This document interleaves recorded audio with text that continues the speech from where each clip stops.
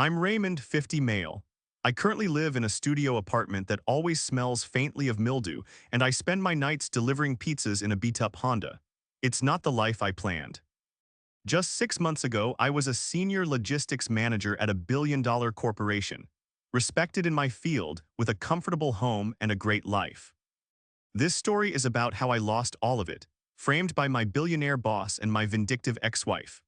But more importantly, it's about how delivering a single pepperoni pizza uncovered a 30-year-old, $823 million secret that made me their new landlord. Before this story unfolds, I'd love to connect with you.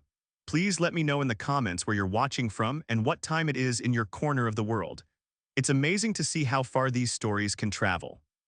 My life before the fire was stable. It was a stability I had earned. For 23 years, I'd worked my way up at Harlow Industries, starting in the warehouse and eventually becoming the senior logistics manager. I didn't just have a corner office, I had the respect of my 42-person team.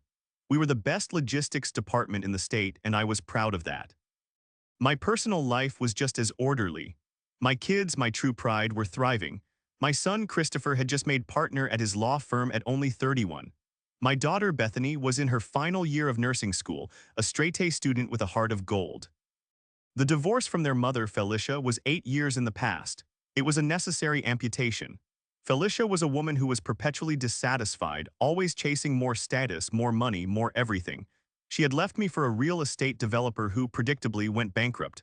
Last I'd heard, she was a receptionist at a dental clinic. My kids and I had Sunday dinners. We could even joke about Felicia's old get-rich-quick schemes. Life was good. My own mother, Dorothy, who passed away 3 years ago, had always warned me about people like her. "You're too trusting, Raymond, just like your father was," she'd say. My dad, Thomas Grant, had died in a car crash when I was 2.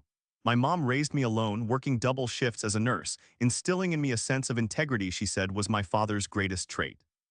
I was content, I was focused, I thought I was secure. I had no idea that a ghost from my past was about to collide with my present. The company's annual gala was the starting point. It was a lavish affair at the Four Seasons. I was mingling with my team when our CEO, the billionaire Vincent Harlow, approached me, a woman on his arm. "Ray," he boomed, "I want you to meet my fiancée." The woman turned, draped in a gown that cost more than my car, and my blood went cold. It was Felicia. "Hello, Ray," she purred, that old predatory smile in place. Small world, isn't it? My team froze. I mumbled my congratulations and escaped, but I felt her eyes on me all night. My assistant Janet caught me later. "Be careful, boss," she warned. "That woman looked at you like a cat spotting a mouse." Janet was right. In the weeks that followed, Felicia started appearing at the office constantly. She dropped by for lunch with Vincent, always making a point to parade through my department. She'd sit in on high-level strategy meetings she had no business being in, whispering in Vincent's ear while staring directly at me. It was a blatant power play. My kids noticed the strain. "Dad, document everything," Christopher warned, his lawyer brain kicking in. "This feels like trouble." I tried to brush it off. I was a professional. I was insulated by my performance. I was wrong. The complete and total destruction of my life took exactly 72 hours. It started with a 7:30 a.m. phone call on a Monday. "Raymond, we need you in human resources immediately." It was Carol, the HR director. Her tone was sterile cold. The walk to her office felt like a funeral march. 2 security guards I didn't recognize were standing by her door. "There's been a serious allegation, Raymond," she said, not meeting my eyes. She slid a thick folder across the desk. "Theft. $2 million in inventory is missing from Warehouse 7, diverted over the last 90 days. My heart stopped. "That's impossible. I haven't even been in Warehouse 7 for months." "The logs say otherwise," she said flatly. "Your senior override codes were used every single time.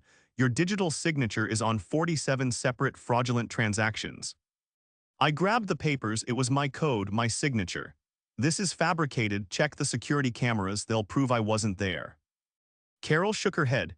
"The cameras malfunctioned during all relevant time periods. The backup system failed as well. It was a perfect airtight frame-up. Mr. Harlow wants this handled quietly," she continued. "Resign now, sign this non-disclosure agreement, and there will be no criminal charges. We're hoping to avoid embarrassing your fam." Widely. The threat was clear. "I am not resigning for something I didn't do." "Then you're suspended, effective immediately. Security will escort you out." The walk of shame through my own department was the worst moment of my life. My team watched, stunned, as guards marched me out like a criminal. The next day, police raided my home. By Wednesday, I was blacklisted. Harlow Industries had sent a notice to every logistics company in the tri-state area. My 23-year reputation was annihilated. That evening, a text came through. It was from Felicia. "Enjoy being nobody, Ray. You always were too small for the life I wanted. Vinny sends his regards." Nobody was an accurate description. I hired a lawyer, but fighting Vincent Harlow was like fighting an ocean. My savings, my retirement, everything I had built was devoured by legal fees in a matter of weeks. The house went into foreclosure. I sold my car, my furniture, even my father's watch. Christopher tried to give me money, and Bethany offered to quit nursing school to get a job. I refused. I would rather starve than let them sacrifice their futures because of Felicia's spite. The only place that would hire me without a background check was Luigi's Pizza. The owner, an old-school Italian named Luigi, just grunted. "You show up on time, you work hard, you get paid. I don't care what the papers say." Delivering pizzas at 50 years old was a special kind of hell. I delivered to my old neighbors. I delivered to former colleagues who looked at me with a gut-wrenching mix of pity and fear. I was a ghost haunting my old life. 6 months into this new, bleak reality, I was out on a delivery in a brutal December rainstorm. The wipers on my '98 Civic could barely keep up. The order was for 1247 Beacon Hill Drive, a massive colonial home. I ran the pizza bag to the door, soaking wet, just wanting my tip. The door opened and an elderly man stared at me. His face went pale. He dropped to his knees right there on the porch.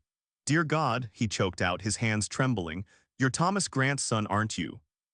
I stumbled back. "Sir, are you okay? Should I call someone?" "Thomas Grant was your father," he whispered, tears filling his eyes. He grabbed my arm. "I know those eyes, that jaw. I've been searching for you for 30 years, Raymond." How do you know my name?" My heart was pounding. "My name is Walter Drummond. I was your father's business partner." He pulled me inside, his grip surprisingly strong. "Please, you need to come inside. What I'm about to show you will change everything." His living room was filled with old photos. He pointed to one on the mantel, two young men in hard hats, grinning, standing in front of a desolate swamp. "That's your father and me, 1982, the day we incorporated Drummond Grant Developments." I stared at the photo. My father looked exactly like me. My mother never, she never mentioned a business. "Because we thought we'd failed," Walter said, his voice thick with emotion. "We were equal partners, 50-50. We bought 60 acres of swampland nobody wanted. Your father poured his life savings into it, but the city denied our permits. He died 2 months later, thinking he'd lost everything. Your mother was so broken. She disappeared with you right after you were born. I've been looking for you ever since." "What happened to the land?" I asked, my voice hoarse. The pizza bag had fallen from my numb fingers. "Everything changed," Walter said, a fire lighting in his old eyes. 6 months after your father died, the state announced a new technology corridor initiative. Suddenly, our worthless swamp was the most valuable land in the state. The permits were approved overnight. He rushed to a massive filing cabinet, pulling out ledgers and thick binders. "I couldn't find you, I couldn't find Dorothy, so I developed the land for both of us. I built it just as Tommy and I planned, and I put his 50% share of every lease, every rent check, every profit into a trust. I've been collecting it, investing it, and waiting for the day I could give it to his son." He pulled a single document from a folder and handed it to me. It was a bank statement for the trust. My vision blurred as I looked at the number at the bottom. $823 million. I collapsed, my legs just gave out, and I sat hard on his Persian rug. "That's not possible." "It's very possible," Walter said, helping me to a chair.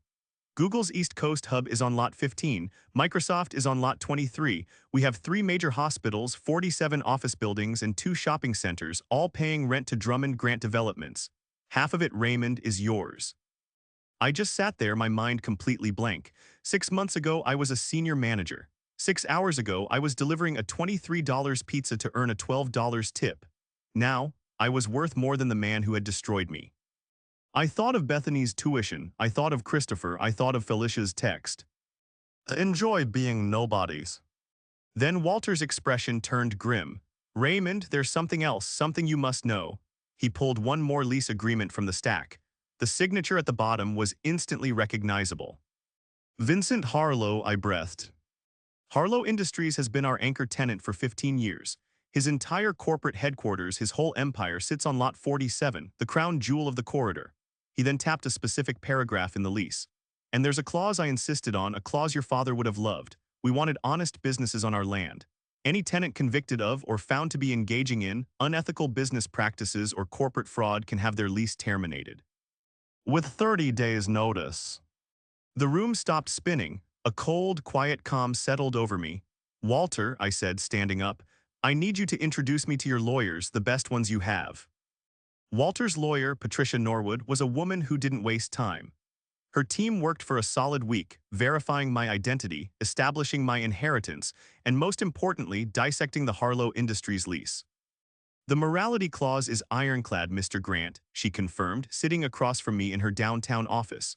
Walter's foresight was brilliant. It doesn't require a criminal conviction, which is hard to get. It merely requires credible evidence of unethical business practices.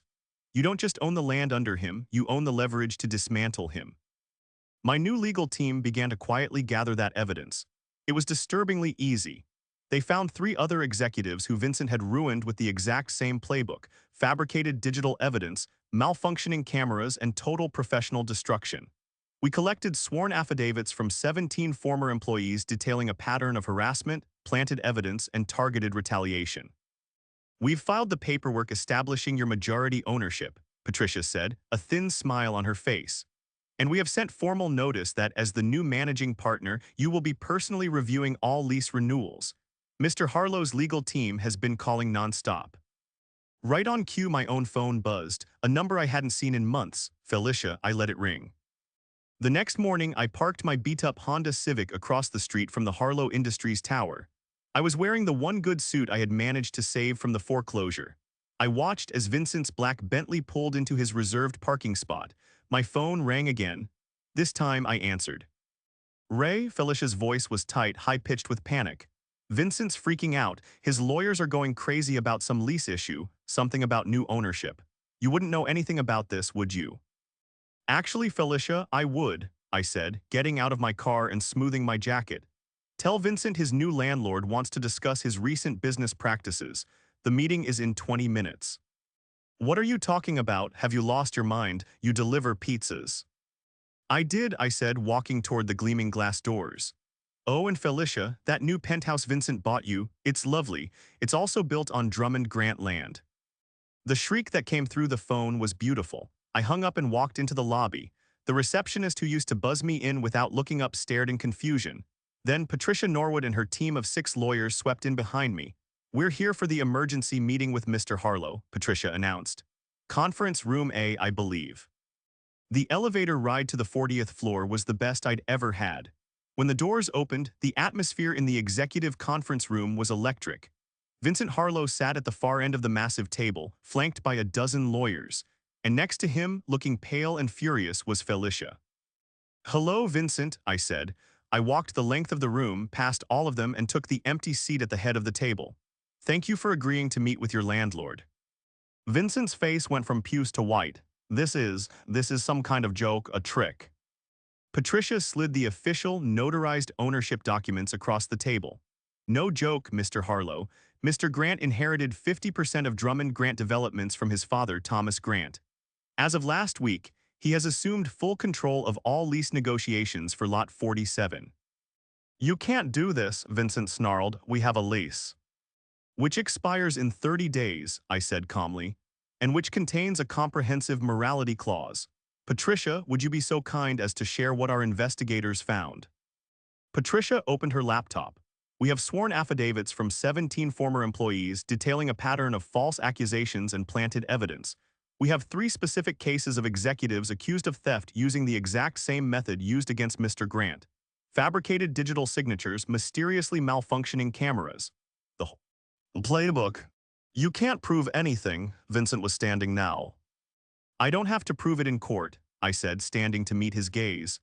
The clause only requires credible evidence to terminate, but I'm feeling generous, so I'll give you 2 choices. I looked down at the man who had tried to erase me. Option 1, you vacate the premises in 30 days. Move your entire operation, all your specialized equipment, everything.